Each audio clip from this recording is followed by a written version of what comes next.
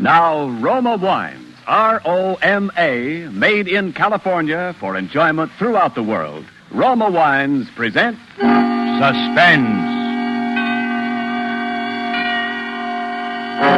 Tonight, Roma Wines bring you Mr. Elliot Lewis as star of Can't We Be Friends? A suspense play produced, edited, and directed for Roma Wines by William Spear. Suspense. Radio's outstanding theater of thrills is presented for your enjoyment by Roma Wines. That's R-O-M-A. Roma Wines. Those excellent California wines that can add so much pleasantness to the way you live, to your happiness in entertaining guests, to your enjoyment of everyday meals. Yes, right now, a glassful would be very pleasant, as Roma Wines bring you Elliot Lewis in a remarkable tale of Suspense.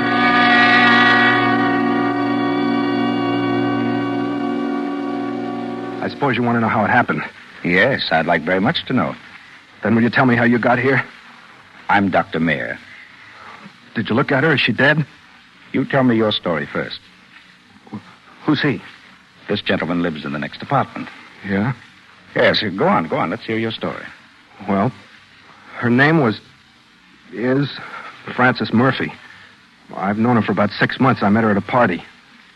We went out together a few times, liked each other, and started going together. She's fascinating, I guess. I fell in love with her, and I think she was in love with me. For a while, anyway. What's your name? Michael Gordon. Yeah? Well, go on. Well, she wasn't well for a while, and then she told me she had to go to the hospital. Some minor surgery. Minor surgery? Why, that girl... So that's what she told you, eh? Yeah. Well, anyway, I got sort of busy, and I didn't get a chance to see her while she was sick. And when I saw her again, she wouldn't talk to me, so I started seeing another girl I know. But this afternoon, I got to thinking about Fran. I kept seeing her when I was with the other girl. It bothered me. So I decided I'd come over and see her. I got here at 6 o'clock.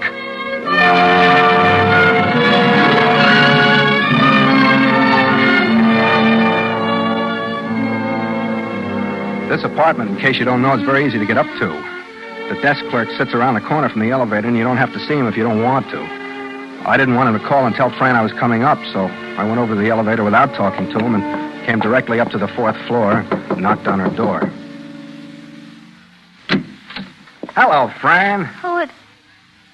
My. How are you, Fran? Can I come in? What do you want? Oh, I was just passing by. I thought I'd stop in and see how you were feeling. You're a little late, aren't you? Been feeling better for 3 weeks. Oh, now don't be like that, honey. I was busy. That's why I didn't see you. Aren't you going to ask me in? All right, come in. But you can't stay long. I've got an engagement with a very good friend tonight. Oh, thanks. Well, the apartment looks very nice. Sit down if you like. Oh, thanks. Care for a cigarette? No, thanks. Ah, you look swell. It's not your fault I do. Oh, now don't be like that, Fran. I feel awful about not seeing him when you were sick. I had to see a fellow from out of town. Did it take you 10 days to see him? Oh, honey, you know how those things are. It was business. You just can't make any other plans. You really don't have to explain it to me. I'm not the least little bit interested in what you do. Fran, look at me. I'm sorry, Fran. I don't blame you for being mad at me. I'm no good, I guess. I'm just a no-good bum. I never deserved having a girl like you anyway. How true. But let's let bygones be bygones and at least part good friends, huh? That's really why I came by today. I wanted to ask you, can't we be friends? Well... Because I loved you, Fran. You know that I did. I still do. But, of course, I realize that's beside the point. You still do, huh? Whatever do you mean? Oh, I've been thinking about you a lot, Fran. About how you walk, the fingernail polish you use, the perfume you wear. That you gave me for my birthday. Did I? Well, you know, that's right. I remember now. You sure were surprised. It's very nice of you. It was nothing, honey. Nothing at all. I wish I could have gotten you a mink coat. 2 mink coats, one for afternoon, one for nighttime. Really? Mind if I sit here next to you? Well, I don't know. Thanks. You're wearing the perfume now, aren't you? Uh-huh. Yeah, perfume has a better smell when you wear it, you know? Oh, will you forgive me, Fran, for being such a heel? Well, you really didn't... No, don't answer that, honey. That wasn't nice of me to ask you that. There's no reason why a girl like you should get stuck with a bum like me. You're better off going out with other people. Who's this friend you had the engagement with tonight? Are you really sorry you didn't see me, Mike? I told you I was. I could have killed myself. I felt so bad. Oh. Give me a kiss. Sure, honey. I missed you, Mike. And I haven't got an engagement with anyone tonight. I haven't been out of the house. Dr. Mayer said I should take it easy. Oh, that's good, honey. We'll go out tonight, huh? Or would you rather I stayed here with you for dinner? And then we could listen to some music tonight. I haven't heard your records in a long time, you know. No, you'll have to go, Mike. I have some packing to do. I have to go away and rest a while. Guess I was pretty sick. Well, it's all the more reason for me to stay, honey. I'll help you pack. We'll have a little farewell party. No, I'm sorry, Mike. I have to go to sleep as soon as I finish packing, so I'll be fresh for the trip tomorrow. Well, that's ridiculous. I'm just going to sit here. I won't bother you. Who are you trying to kid? What do you mean? I mean, what are you trying to pull? If you got a date with another guy, tell me. I don't care who you go out with. I told you I didn't have a date. Well, you think I believe that? Too sick to see me, huh? That's a laugh. You certainly look well enough to me. But I'm not. That's one of the reasons I didn't go to see you in the hospital. I knew you were kidding. What's the matter with you? I had an operation. You want to tell me about your operation? Please go. I'll go when I'm good and ready. You go right now. Right when I tell you to. Who do you think you are? Who do you think you are? You get out of here before I call the manager. Oh, you wouldn't dare call a manager. Oh, wouldn't I? Listen, you cheap, no-good bum. You get out of here, I'll have you thrown out. Oh, shut up. Okay. All right. You asked for it. Hey, give me that phone. Get your dirty hands off of me. You go away. I told you to shut up. What do you want? Why don't you leave me I alone? want to see you uncomfortable. I want you to be unhappy the way you make me unhappy. I want to make sure you remember me. I used to fall for that crying routine, but not anymore. Now I just make you cry a little hard. You might like to know I wasn't seeing anybody about business while you were in the hospital. I went out every night. I've been seeing your friend Trudy. Trudy? Yeah, Trudy. But then I had to come back up here today and see you. Because I kept seeing you when I kissed Trudy. What's that got to do with me? You get out of here. I gotta do something to stop that. I don't love you anymore, but I keep remembering you. That's no good. You can stop remembering me anytime you like. Well, I hardly recognized you when you came in. That's how easy I forgot. No, that don't work with me. Now listen to me. You listen to me. I'm tired of your little problem. I don't like you, and I wouldn't even like you if you had any money, which goodness knows you haven't. I want you to go away and leave me alone. I don't want you to come back here anymore. You saw me today because you wanted to. Okay, but no more. Now, I'm going into the bedroom, and I'm going to lock the door, and I don't care whether you stay here forever, but I'm not coming out until you leave here. But if you haven't left in a little while, I'm going to scream. And I'm going to keep screaming until somebody comes up here and throws you out of here.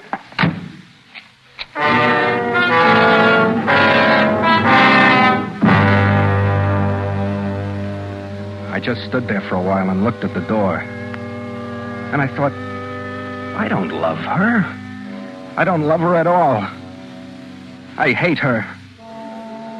That's when I decided to do it. Because I figured that if there was no Fran, then I could see Trudy or anybody else I wanted to and not have to worry about being lonesome for Fran or feeling sorry for Fran or needing Fran. And I figured you don't remember dead people very well. But I knew I had to do it that night before she left on her trip. I worked it out like this.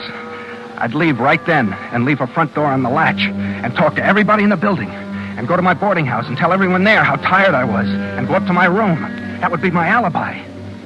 Everyone would have seen me go to sleep. Then I'd wait until everybody was in bed. And I'd take my gun and come back here without anybody seeing me and kill Fran.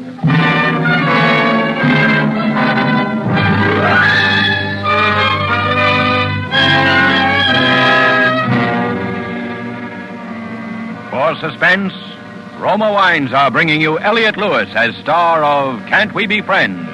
a radio play of which he is also the author, and which is Roma Wine's presentation tonight in radio's outstanding theater of thrills, Suspense.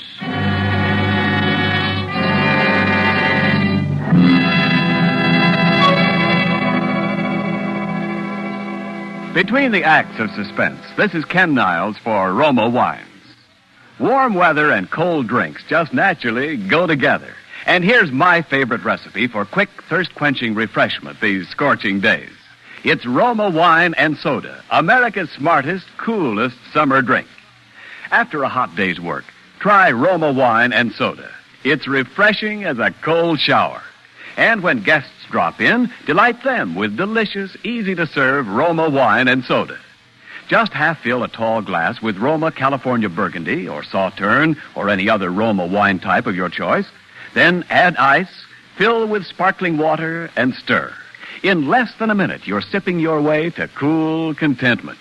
Or for a short refresher that's long on taste, try this cooler offer. Just pour Roma California Sherry to cover a cube or two of ice. It's delicious. Remember, Roma wines are selected from the world's greatest wine reserves. So refreshers made with Roma are better tasting always. For low-cost, cool enjoyment this summer, serve Roma Wine and Soda. Insist on Roma, R-O-M-A, Roma Wine, largest selling wine in all history. And now, Roma Wines bring back to our Hollywood soundstage Elliot Lewis as Michael Gordon in Can't We Be Friends? A tale well calculated to keep you in suspense.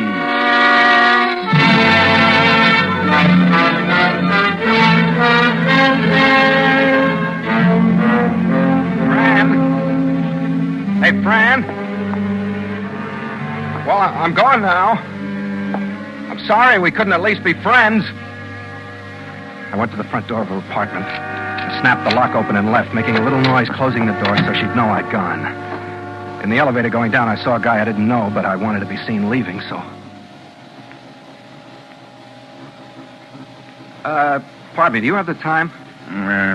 It's quarter to 7. Thanks. I'm awful tired. You've been working hard? No, yeah. Early jobs every morning. Matter of fact, this is almost my bedtime. Huh? Oh, after you. Oh, thanks. It's all right. I'll see you, huh?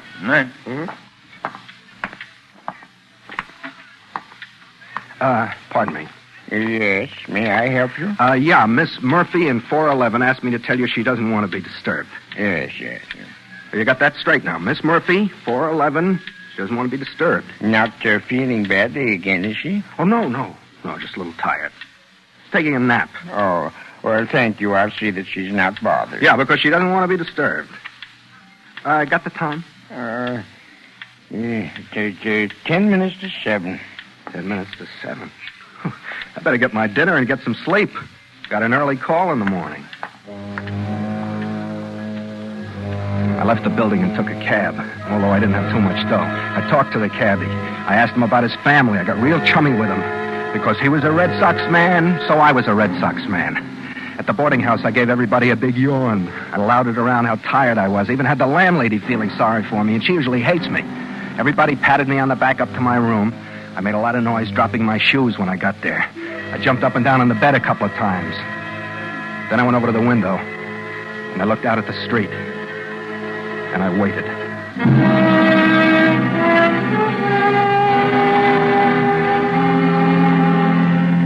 The traffic gradually disappeared as I watched. And through the early night, one by one, I could hear the other boarders yell goodnight to somebody in the living room and bang up the stairs and close their door. Pretty soon I knew they had to be asleep. About 1 o'clock in the morning, a last pair of footsteps came upstairs without saying goodnight to anyone. So I knew they'd all turned in. I waited a little longer to make sure everyone was sleeping. Then I put my shoes back on. I got my gun out of the bureau drawer. I opened the door to my room. Old man Epstein was sawing away down the hall, making his usual racket, so I felt easier about going past his door to get to the stairs. But I was very careful and quiet. He grumbled once when I got in front of his door, but I held still. Pretty soon he started sawing again.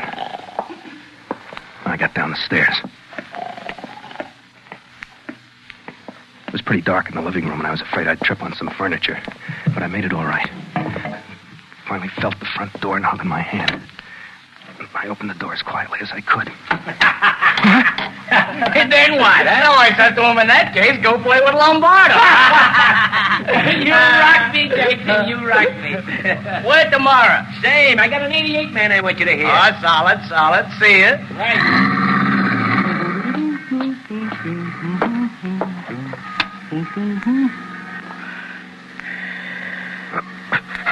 Oh, that you, Lippy? No. Oh, hi, man. Good evening. Door's open if you're going in. Oh, thanks for saving me the key move, man. Hey, you still working days, fellow boarder Rooney? Yeah. Oh, ain't this a little past your bedtime, man? Oh, yeah, it's late, but the reason I Hey, can't... why do you go out at 3:00 out?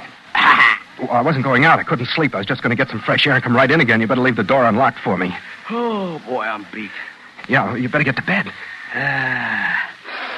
Oh, it's a fine night for singing. Yeah. Well, don't get too much of that fresh air. Liable to choke you to death. Yeah, well, good night. Oh, hey, we had that joint really jumping tonight. Hatchetface come by, sat in with us for a while. Really? Oh, he's mellow.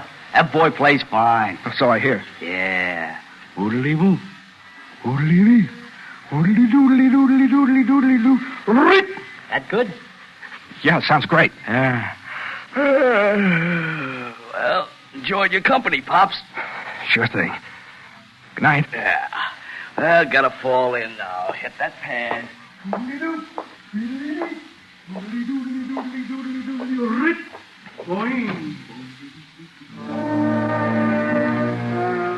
I was frightened for a minute. I was awful frightened. If Jack remembered seeing me, my carefully planned alibi was shot. I thought better not tonight. But then, Jack wasn't like most people. He wouldn't remember in the morning. He'd be too busy trying to recall Hatchetface's lick. No, it was still all right. But I had to be careful. I couldn't take any chances. To be safe, I had to have the alibi that I'd gone to bed early. I walked quietly to the street and started for Fran's apartment house. I was very careful all the way. A couple of times cars came by, and always I ducked into the shadows and waited for them to pass before I continued walking. I got here at about 4 o'clock, I guess. I went up to the front door and tried to open it. But the big door was locked. I couldn't get in. I took my keys out of my pocket and tried them. But none of them fitted. Then I heard someone coming up the walk. I moved back from the door and squeezed against the mailboxes and waited. I was almost afraid to breathe. Except that I knew I'd get in now. I'd just wait until the people went in and then get my foot in the door to keep it from completely closing again. Good night, honey. Good night, darling. I'll call you in the morning, Betty Jane. Call me when you get home so I know you're all right. Oh, well, won't I wake anyone? Oh, I'll be at the phone. I'll answer as soon as it rings. Okay. Give me another kiss. Do you love me? Uh-huh. How much?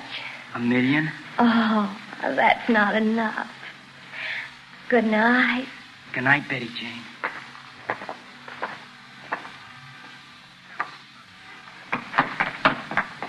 $7,000,000? That's better.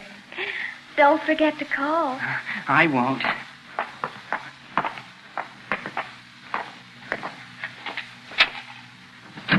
Honey. Yes, darling. Good night. Oh, good night, darling. You call now. I will.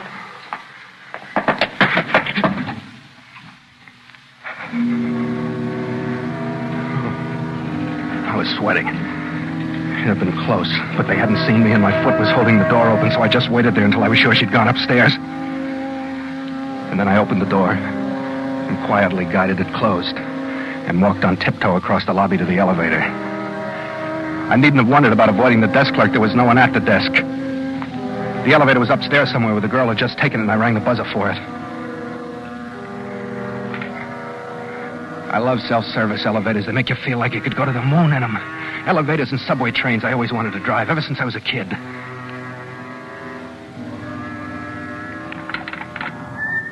I got back in the dark just in time. The guy didn't see me.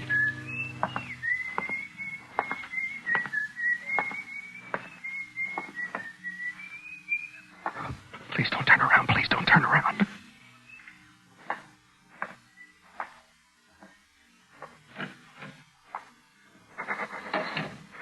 My mouth was so dry, I wondered for a few seconds how that guy had been able to whistle, you know, the way you do.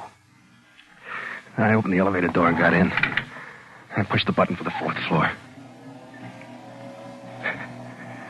I got a little panicky because I thought that if someone was waiting on the 4th floor, they'd see me when they opened the elevator door. I almost convinced myself that someone would be there waiting for me. I put my hand in my coat pocket and felt the gun there and grabbed it hard. It was cold, so I took it out and pressed it against my forehead. That made me feel a little better.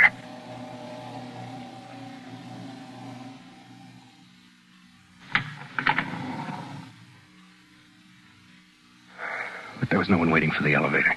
I stepped out into the dark hallway. I took a pencil out of my pocket and jammed it against the door so that it couldn't close.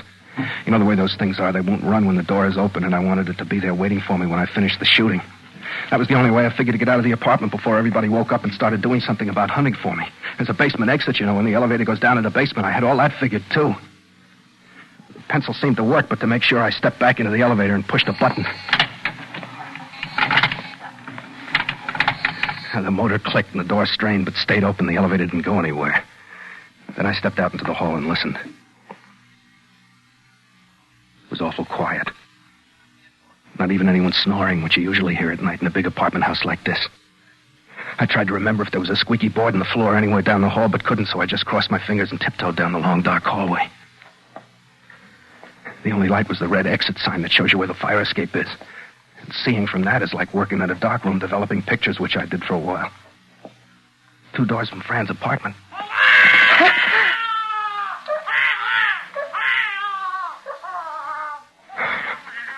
That's the most frightened I ever was in my life, when a kid started to yell.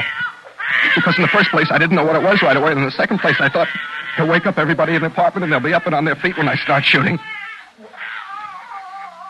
I guess I held my breath for a couple of minutes because when I started to try and relax, my breath came out in a low whistle. Well, that scared me, too. I thought, it'd be great if I get a heart attack right here in the hall of a strange apartment house in the little hours of the morning with a gun in my pocket. It's like being afraid of a fire at night because you don't want to go out in the street in your pajamas. Oh, it's worse, I guess. Anyhow, the baby finally quieted down. I waited a while. Because I didn't know whether his mother had gotten up to quiet him or whether he'd just gone back to sleep again. I wasn't taking any chances now. It was too close to the finish. I waited. I figured it was safe a few minutes later and continued snailing down the hall. I stopped at Fran's door and listened. It was quiet inside. I put my hand into my pocket and grabbed hold of the gun. Then I slowly turned the doorknob, slid the door open. It didn't creak or anything, which was lucky. I got into the room, quietly closed the door again. I took the gun out of my pocket and released the safety and went to the bedroom door. It was already a little bit open. Through the crack, I could see her figure lying on the bed. I pushed the door enough ajar so that I could move into the room and look closer. That chop suey sign across the street was flashing on and off, and as I got used to the pattern it made on the walls, I saw Frances lying on the bed, dressed as she had been when I'd seen her early in the evening. She was lying on her stomach with her face turned toward the far side of the room, toward the shadow. My nose started to tickle. I thought I was going to sneeze, but when I pressed the cold gun against my upper lip, the desire left me. I moved slowly and quietly toward the bed. I got within a few feet of her. I pointed the gun right at her head. The gun was weaving around, so I held on with both hands. I took very careful aim.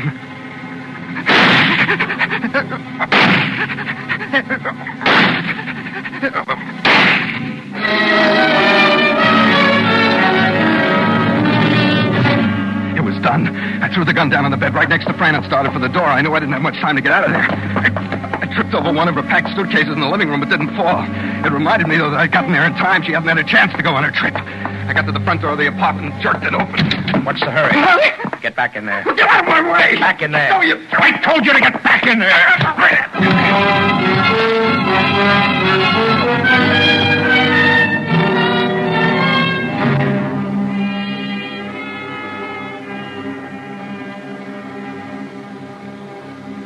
And that's all I know of what happened.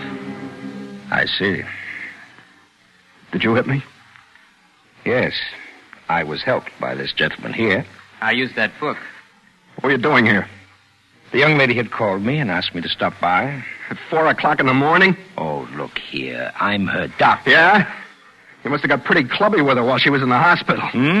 I was right about her. That's swell. Now, I don't feel badly about having shot her. The police will be here soon. You think I'm going to wait for her? Watch him, Doctor! Hey!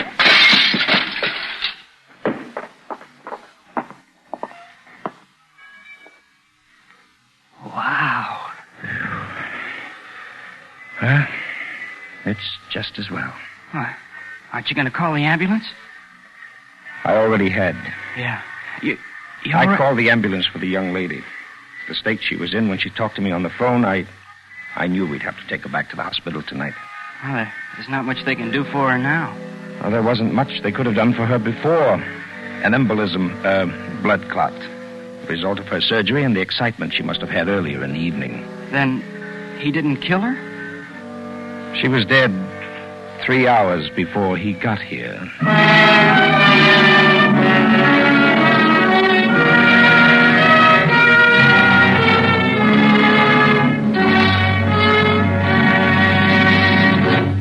Suspense. Presented by Roma Wines. R-O-M-A, made in California for enjoyment throughout the world. This is Ken Niles for Roma Wines, suggesting a refreshing idea for warm weather entertaining. Serve your guests tall, frosty glasses of Roma Wine lemonade, an ice-cold, taste-tingling treat that's a summer favorite here in Hollywood. For gala garden party or neighbor's casual call, the delicious thirst-quenching refreshment of Roma Wine lemonade pleases everyone. And Roma Wine lemonade is easy on you because it costs so little, is so easy to serve. You just place ice and the juice of half a lemon in a tall glass. Pour 3/4 full with zestful Roma California Burgundy, or any other Roma wine you prefer. Add water and sweeten to taste. And because Roma wines are selected from the world's greatest wine reserves, a refresher made with Roma is better tasting naturally. So start now.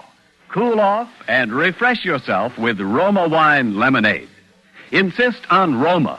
R-O-M-A, Roma Wine. Discover why more Americans enjoy Roma than any other wine. This is Elliot Lewis. It's always a pleasure to appear on Suspense, and tonight I'm especially grateful to Mr. Spear for the opportunity to not only hear one of my own radio plays presented here, but also to appear in the starring role. I'd certainly like to thank my good friends and fellow radio countrymen who contributed their usual wonderful performances. Lorene Tuttle, who was Fran, Wally Mayer, who was the doctor, Jerry Hausner, who was the Vout kid, Betty Moran and Irvin Lee, who were the two kids outside the apartment house, and Bill Johnston, who can do almost anything. Next Thursday, a very wonderful actor, Mr. J. Carroll Nash, will be starred on Suspense in a play called Commuter's Ticket, which goes to prove that nobody notices you on a commuting train except when you don't want to be noticed. Next Thursday, same time, Roma Wines will bring you J. Carroll Nash as star of Suspense, radio's outstanding theater of thrills. Produced by William Spear for the Roma Wine Company of Fresno, California.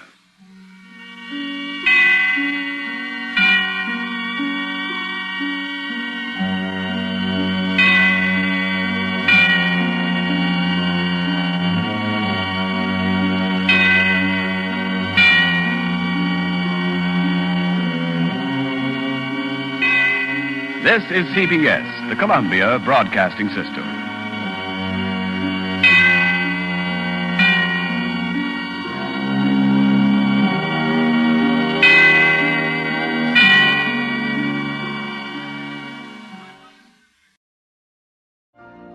You've been listening to the OTR Gold Network.